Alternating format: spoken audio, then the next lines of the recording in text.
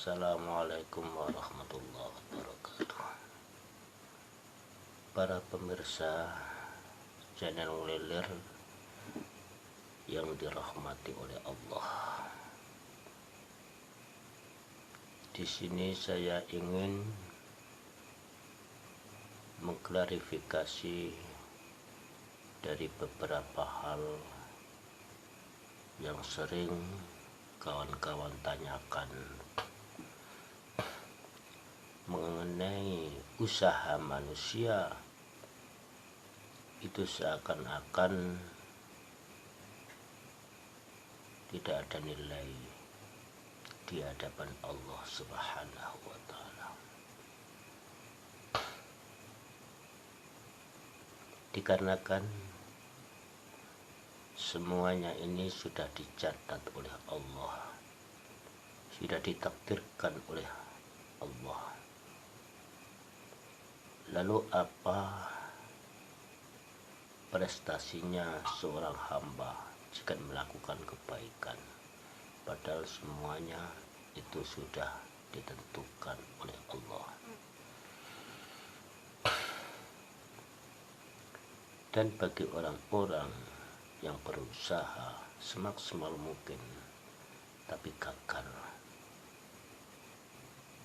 di dalam usahanya, agar kita tidak merasa kecewa, agar kita tidak merasa sia-sia. Bagaimanapun apa yang kamu lakukan,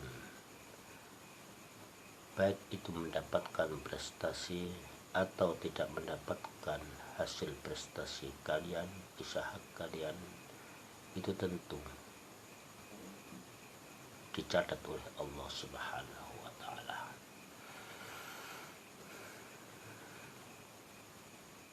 فَمَنْ يَعْمَلْ مِثْقَالَ ذَرَّةٍ خَيْرًا يَرَهُ وَمَنْ يَعْمَلْ مِثْقَالَ ذَرَّةٍ شَرًّا يَرَهُ. Tentu semuanya sedikit ada catatannya,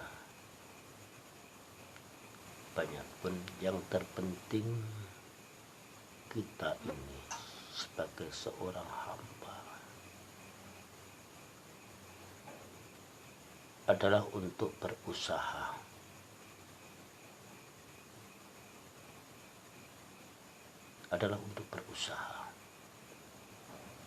untuk mengenai hasil dan tidaknya itu yang menentukan tentu Sang Khalik, yaitu Allah Subhanahu wa Ta'ala.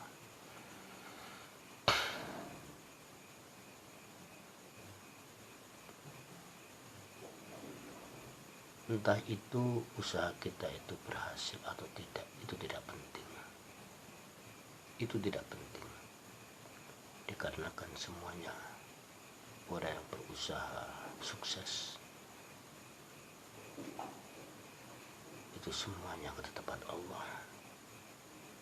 Dan bagi orang-orang yang gagal dalam usahanya, itu juga ketentuan Allah. Yang Allah inginkan adalah kesungguhan seorang hamba. Yang Allah inginkan adalah usaha manusia,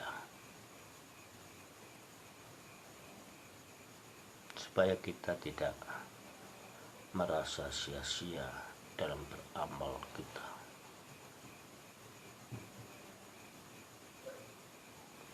Nah, semuanya itu ada nilainya, semuanya ada pahalanya. Ketika kita tanamkan kebaikan, walaupun terasa tidak ada hasilnya, tapi itu adalah ketentuan Allah. Dan kita selama berusaha, kita diberikan kesuksesan, mendapatkan santri yang banyak, itu bukan jaminan kita mendapatkan prestasi yang baik. Kalau keberhasilan, pasti dikehendaki keberhasilan, dikarenakan dari beberapa nabi banyak yang gagal banyak yang tidak sukses dalam mengatur kekhalifahan sebagai nabi untuk umatnya. Dan bahkan kalau kita tengok Nabi Nuh alaihi salatu wassalam gagal dalam membina anak-anaknya. Nabi Adam sebagian ada yang menyimpang dari syariat Nabi Adam itu sendiri.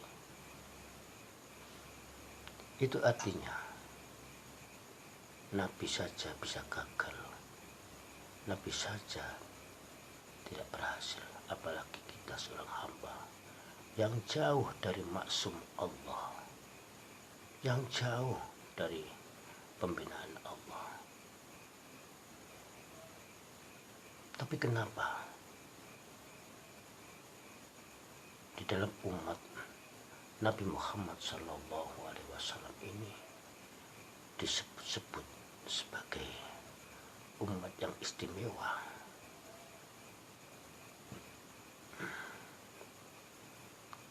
Karena itu kesuksesan dari baginda Rasulullah SAW diberikan kelebihan oleh Allah Subhanahu wa Ta'ala, dikarenakan pada masa nabi-nabi dahulu, di saat membina umatnya, itu kebanyakan dia diberikan sebuah kelebihan mukjizat, sebuah keistimewaan yang pantas untuk diakui oleh umatnya pada saat itu.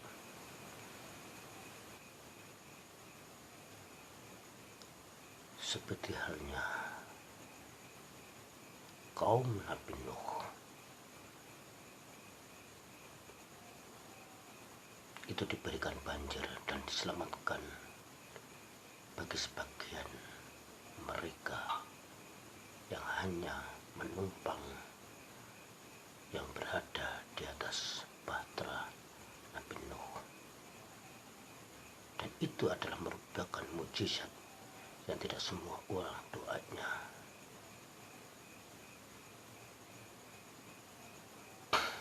diterima oleh Allah Subhanahu wa Ta'ala. Dan itu adalah suatu keajaiban, dan itu adalah suatu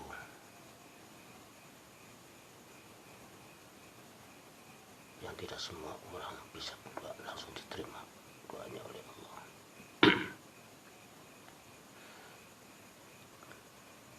Begitu juga kepada Nabi Musa. Nabi Musa diberikan mukjizat yang amat dahsyat, seperti halnya tongkat dipungkulkan di lautan menjadi jalan raya.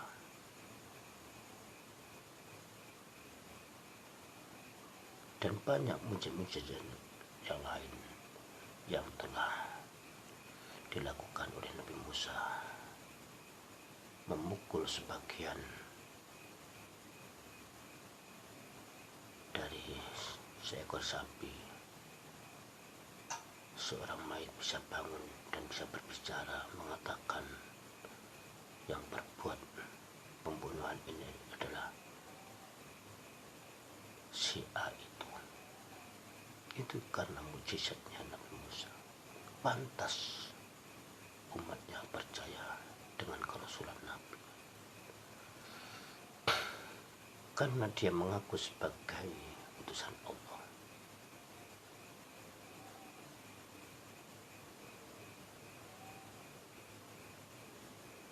Yang menjadi pertanyaan pada saat Rasulullah Muhammad SAW meminta seperti halnya nabi-nabi terdahulu, pasti akan diberi. Tapi Nabi Muhammad tidak. Dia memilih diberikan mukjizat yang abadi ila yaumil qiyamah, yaitu berupa as-suhuf berupa Al-Quran yang barang siapa membacanya masuk ke dalam hati, menjadikan sebuah mukjizat, menjadikan sebuah wahyu yang diterimanya, dan semua umat jika mau mendalami isi daripada Al-Quran, maka dia akan menjadi tahu, menjadi hidayah, menjadi cahaya di dalam hatinya.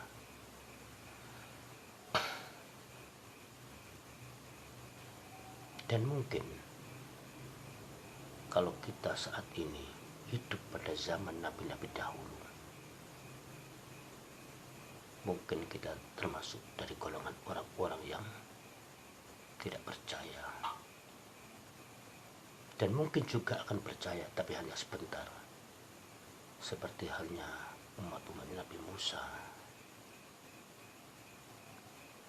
percaya hanya di saat mujizat itu datang. Setelah itu dia tidak percaya lagi.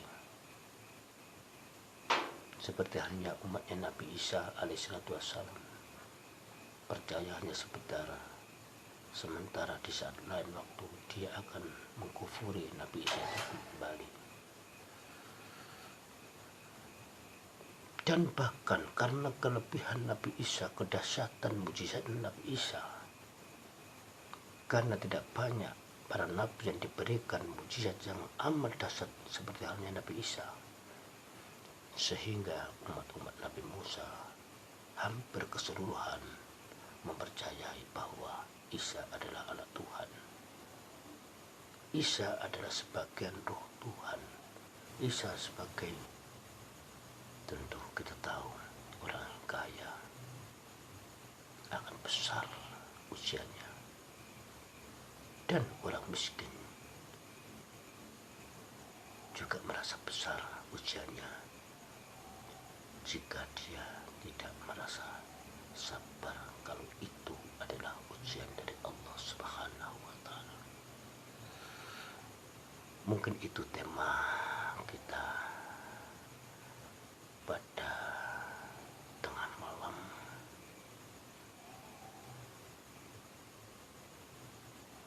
malam 21